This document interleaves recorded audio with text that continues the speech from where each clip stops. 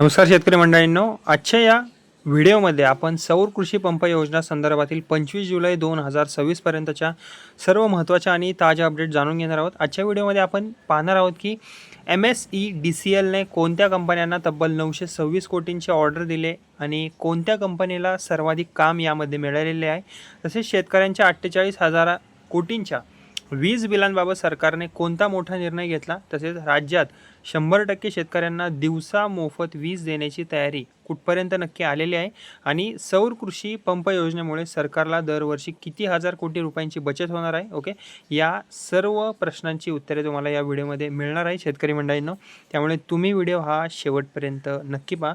आता जर आपण पहिल्या अपडेटकडे जर गेलो तर आता MSEDCL कडून ज्या ऑर्डर आहेत त्या अपडेटला बघूयात आपण. ओके, आता जुलै 2026च्या पहिल्या आठवड्यात महाराष्ट्र राज्य वीज वितरण कंपनी म्हणजेच MSEDCLने मागेल त्याला सौर कृषी पंप MTS-KPY या योजनेअंतर्गत अनेक कंपन्यांना ऑफ ग्रीड सौर कृषी पंप बसवण्याचे आता मोठे ऑर्डर दिलेले आहेत आणि या सर्व ऑर्डर्सची एकूण किंमत आहे सुमारे 926 कोटी इतकी आहे आणि सरकारने संबंधित कंपन्यांना 60 दिवसांच्या आतमध्येच काम पूर्ण करण्याची आता अटसुद्धा घातलेली आहे.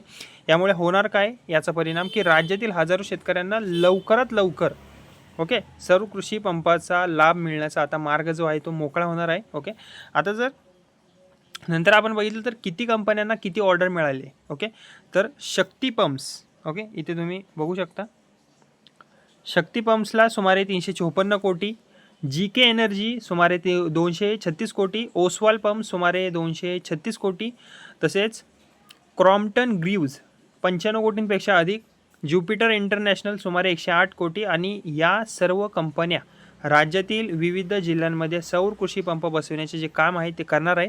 आता शेअर बाजारात आपण जर परिणाम बघितला याचा तर तो सकारात्मक प्रतिसाद देत आहे सध्या. ओके, आता या मोठ्या ऑर्डर्स नंतर आणखीन एक महत्त्वाची घडामोड आता यामध्ये पाहायला मिळालेली आहे की या कंपन्यांच्या शेअर्समध्ये सकारात्मक वाढ झालेली आहे. गुंतवणूकदारांनी या निर्णयाचे स्वागत जे आहे ते केलेले असून भविष्यात या क्षेत्रात आणखी गुंतवणूक वाढण्याची शक्यता आता व्यक्तसुद्धा केली जात आहे. तसेच शेतकऱ्यांच्या वीज बिलांबाबत जर आपण बघितलं तर आता ही महत्त्वाची बातमी म्हणता येईल लेटेस्ट. ओके, आता यामध्ये झाले काय की मुख्यमंत्री देवेंद्र फडणवीस यांनी शेतकऱ्यांसाठी एक मोठी घोषणा केलेली आहे.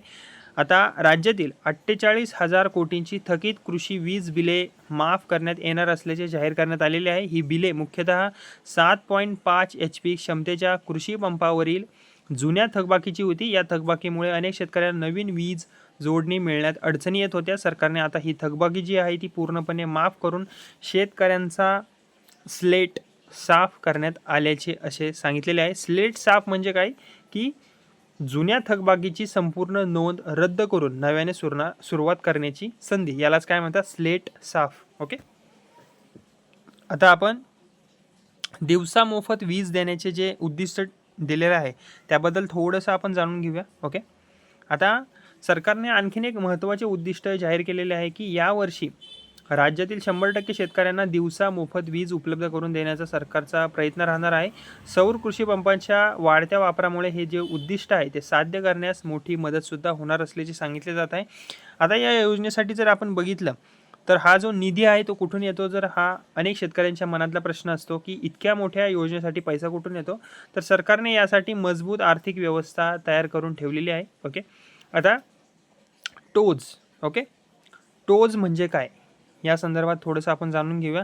आता या योजनेसाठी एक महत्त्वाचा निधी आहे टोजमधून आपल्याला तो शेतकरी मंडळींना मिळतो. ओके, आता टोज म्हणजे काय, tax on open sale of electricity. आता यामध्ये होतं काय की उद्योग आणि कारखान्यांच्या वीज वापरावर आकारल्या जाणाऱ्या करातून निधी जमा केला जातो आणि याच निधीचा वापर सौर कृषी पंप योजना राबवण्यासाठी केला जातो. आता आपण जाणून घेऊया AIIB म्हणजेच काय. ओके, आता सरकार दुसऱ्या स्रोतामधूनही हा जो निधी आहे तो उभारतो. आता तो म्हणजे की AIIB, Asian infrastructure investment bank, मराठीत याला काय म्हणतात, आशियाई पायाभूत सुविधा गुंतवणूक बँक असे याला म्हणतात. आणि ही जी बँक आहे ती सरकारला कमी व्याजदराने कर्ज उपलब्ध करून देते. या निधीचा जो वापर आहे तो राज्यभर सौर कृषी पंप बसवण्यासाठी केला जात आहे. ओके, आता सौर कृषी पंप या योजनेमुळे सरकारलाही आता मोठा आर्थिक फायदा होणार आहे. या योजनेमुळे दरवर्षी सरकारला सुमारे 3,476 कोटी ते 4,980 कोटी इतक्या वीज अनुदानाची बचत होण्याचा आता अंदाजसुद्धा व्यक्त करण्यात आलेला आहे.